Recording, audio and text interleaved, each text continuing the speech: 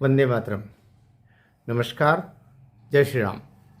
संभल में जो उत्पात हुआ उसकी संभावना बहुत कम थी, लेकिन जिस तरीके से उकसावे के कार्य हुए और उकसावे के वे कार्य लगातार होते रहे, उसके कारण से ये एक ऐसा दुखद प्रसंग बन गया जिसमें 4 जानें चली गई और वो दोषारोपण का काम चल रहा है। इन्होंने गोली चलाई, उन्होंने गोली चलाई, लेकिन वस्तु स्थिति को जो समझ रहा है या समझता है वो जानता है कि कानून के पालन में व्यवधान पैदा करने वाले अब तक बचते रहे, अब नहीं बचेंगे। अब वो समय खत्म हो गया जब भीड़ को दिखा करके आप कानून के पालन पर कहीं रुकावट पैदा कर लिया करते थे। अब वो संभव नहीं रहा और उत्तर प्रदेश में तो बिल्कुल ही नहीं रहा। जहाँ पर योगी बाबा बैठे हुए हैं, मैं बोला करता हूँ, योगी बाबा न आगे सिंह है न पीछे पूंछ है, आप उनका कर क्या लोगे। जैसे मोदी जी ने एक समय कहा था कि आप एक पत्रकार हैं इंडिया टीवी के, उन्होंने कहा था कि आप ऐसे ऐसे लोगों को छेड़ रहे हैं जो आपको लगता नहीं आपको वो फिर छोड़ेंगे नहीं।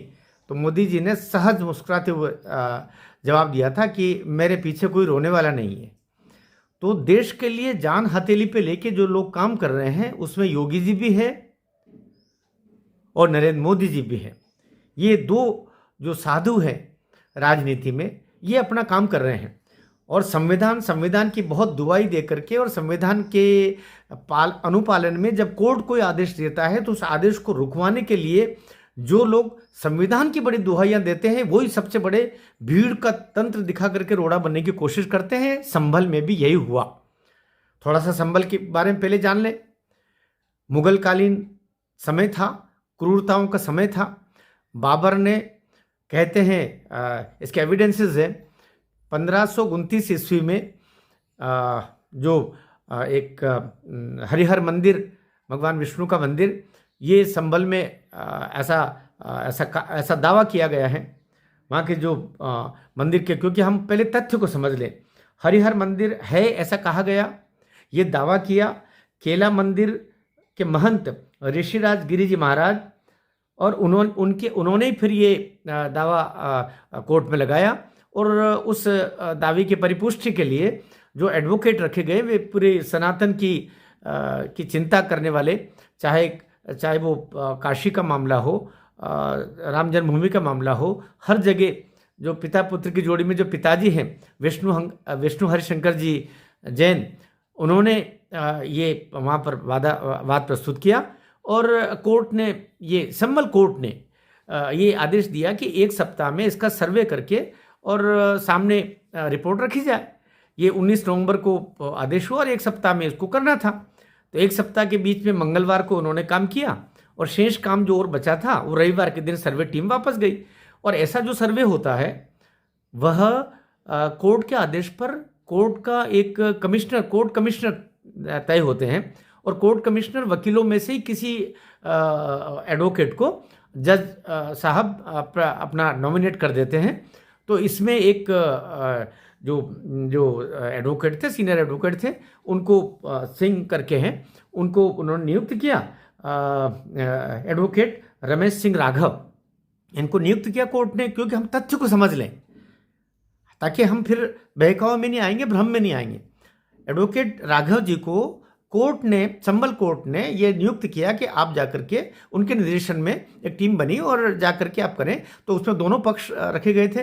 विष्णु जी तो थे ही, वे अपने दावा प्रस्तुत करने वालों की ओर से, और ये राघव जी ने कोर्ट ने उनको नियुक्त किया एडवोकेट कमिश्नर के रूप में, और मुस्लिम पक्ष की तरफ से भी इसमें प्रतिनिधि रखे गए। और ये पहले जाकर के इन्होंने मंगलवार को सर्वे किया और जो बचा हुआ सर्वे था वो रविवार को करने के, मंगलवार को ये ठीक ठाक हो गया, कोई ज़्यादा ऐसा विरोध ये सब ऐसी बातें नहीं हुई। लेकिन जो काम शेष बचा था उस काम को करने के लिए रविवार को गए, क्योंकि अब उनको उसको प्रस्तुत करना है। 29 तारीख को अभी जैसे एडवोकेट विष्णु शंकर जैन ने बोला कि 29 तारीख को हम इसको प्रस्तुत करेंगे कोर्ट में। उससे पहले आकर उसको तैयार तो करना पड़ेगी ना। तो जो एविडेंसेस है, चाहे वे इलेक्ट्रॉनिक एविडेंस है, बाकी एविडेंसेस हैं, सबको लेकर के और वो वहाँ करें। उससे पहले कल एक दफे और गए, तो कल सुबह अर्थात रविवार की सुबह 6:30 बजे गए। कहते हैं कि उसके बाद में ही भीड़ जुटना शुरू हो गई संभल की उस जामा मस्जिद के सामने। उसको शाही जामा मस्जिद कहते हैं। शाही शायद इस्लाम में जो बहुत बड़ी मस्जिद होती होगी या बहुत प्राचीन होती होगी उसको कहते होंगे, जो भी उसका कारण रहा हो, इसका विस्तृत में जाने की आवश्यकता नहीं। तो जामा मस्जिद संभल की वहाँ पर ये सारे भीड़ जुटना शुरू हुई और कहते हैं कि देखते देखते 1000, 2000, 3000 तक की भीड़ बाहर आ गई इस्लामिक बंधुओं की। और उसमें जैसा वहाँ के कमिश्नर बोल रहे हैं और जैसा, क्योंकि मौके पर एसपी, कलेक्टर, एसडीएम ये सब लोग मौजूद थे, उनकी उपस्थिति में सर्वे होना था और कोर्ट ने तय किया था कि ये सब मौके पर रहेंगे। इन सब की उपस्थिति में सर्वे आरंभ हुआ। सर्वे अंदर शांतिपूर्वक सब चल रहा। बाहर चूंकि फौज पर्याप्त मात्रा में पुलिस की व्यवस्थाएं की गई थी, तो ये जैसे सर्वे का काम खत्म करके 10:30, 11 बजे बाहर निकलने के हुए और उस समय इनके ऊपर आक्रमण हुआ। और जैसा कि वहाँ की पुलिस कमिश्नर ने और एसपी ने बताया है कि आगे आगे कुछ 12-14 साल के बच्चों को रखा गया था, महिलाओं को रखा गया था, पीछे कुछ हुड़दंगी थे जो पत्थर भी फेंक रहे थे और छतों से कहीं से गोलियां भी चली। और गोलियां कहते हैं 2 तरफ से 3 तरफ से गोलियां चली। अचानक ऐसा अंदाज़ा प्रशासन को भी नहीं था कि ऐसा हो जाएगा, क्योंकि इससे पहले मंगलवार को सब शांतिपूर्वक एक बार संपन्न हो गया था। और अभी भी जो सर्वे हुआ था उसमें इनका पक्ष भी मौजूद थे, इनके मौलवी जी वगैरह भी उस सर्वे टीम में शामिल थे। तो बाहर ऐसा इसलिए पुलिस ने कहा कि प्लान्ड वे में यह आक्रमण हुआ, जिसके कारण से एसपी को गोली लगी, एसडीएम के पांव के में फ्रैक्चर हो गया, 30 पुलिस वाले घायल हो गए और चारों ओर हाहाकार चीत्कार सब मची। और उसी दौरान जो गोलियां चली, अब पुलिस का कहना है कि हमने गोलियां नहीं चलाई, हमने तो अश्रु गैस के गोले छोड़े थे, लाठी चार्ज हुआ था, ये सब पुलिस कह रही है, गोली हमने नहीं चलाई। और अभी जो गोली जो निकली है कुछ लोगों के पोस्टमार्टम में, वो पुलिस द्वारा चलाई गोली है ही नहीं। इसका मतलब उन्हीं में से जो पुलिस के ऊपर गोलियां चलाई जा रही थी, जो जैसे एसपी को गोली लगी, इसी तरीके से जो कुछ गोलियां उन्हीं में से उन्हीं लोगों को लग गई। परिणाम स्वरूप 3 तो मौके पर ही एक तरीके से चले गए, वो एक बाद में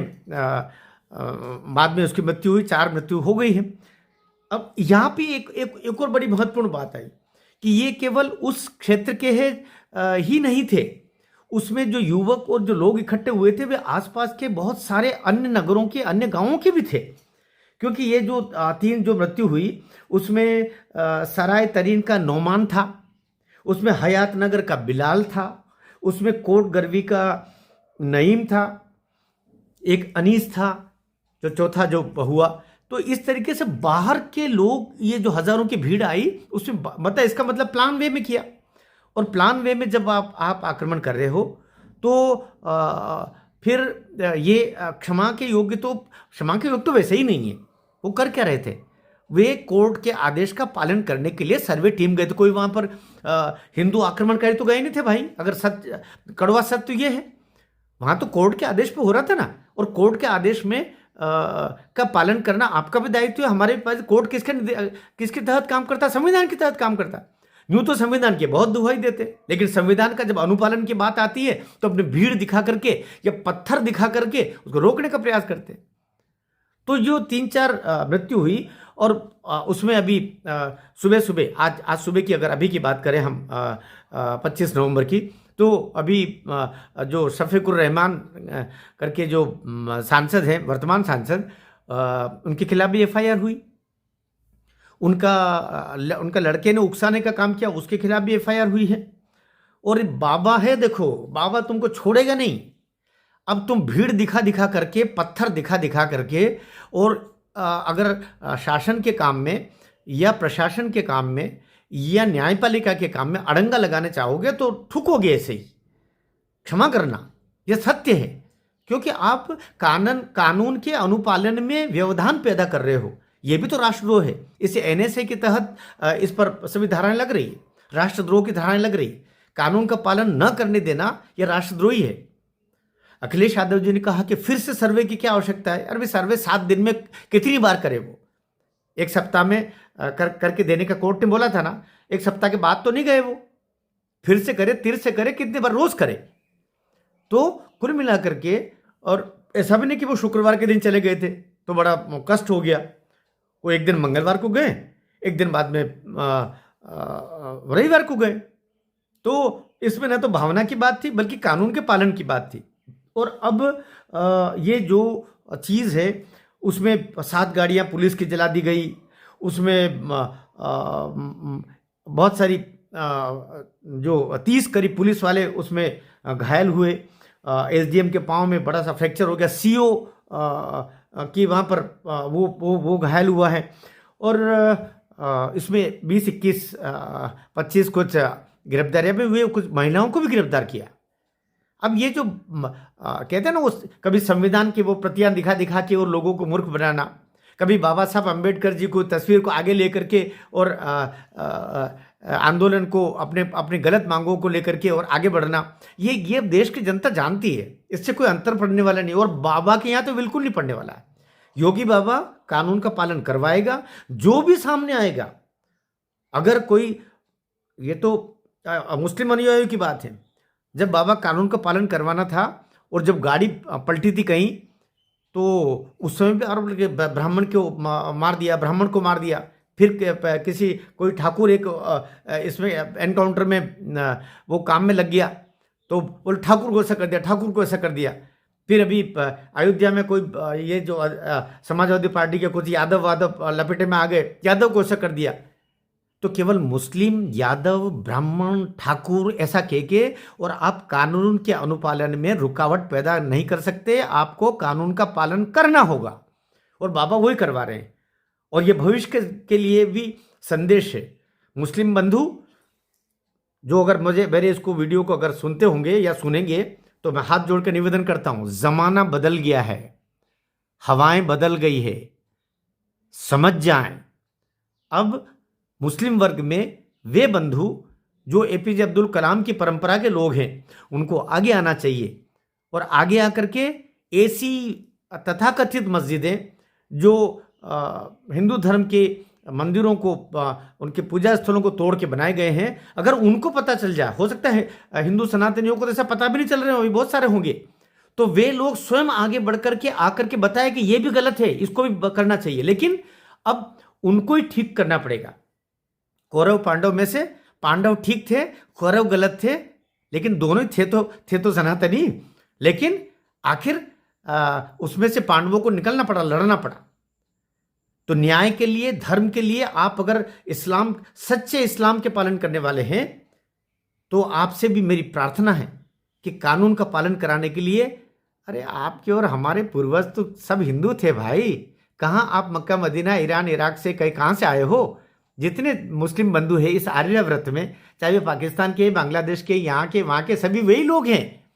इसलिए मैं चाहूँगा कि मुस्लिम बंधुओं में से जो जागृत लोग हैं, ये बाहर आकर के और थोड़ा सा ऐसी अलग जगह जिससे इस्लाम का जो सही रूप है वो भी आए। साथ ही कहीं ना कहीं वे जो भ्रमित होकर के युवा पीढ़ी को मरने के लिए छोड़ा जा रहा है, उनको आगे किया जा रहा है। और मातृशक्ति महिलाएं आगे आ रही है, छोटे छोटे बच्चों को आगे करी, क्या कर रही हैं आप? तो ये संभलने और संभलने के लिए संभल को अब संभलना चाहिए और अपनी गलती को स्वीकार करना चाहिए। और ये फिर से नहीं हो, ऐसी प्रार्थना हम ईश्वर से भी करें। और अब ऐसी स्थिति वापस बने नहीं, ये प्रयास हम सबका होना चाहिए। क्योंकि जो आग है उसमें 4 बूंद पानी के डालेंगे तो ठीक होगा, लेकिन अन्य किसी जगह भी फिर संभल हैं तो पहले से संभल करके और उसको सुपुर्द कर देंगे, तब देश में भाईचारा बढ़ेगा। भारत माता की जय।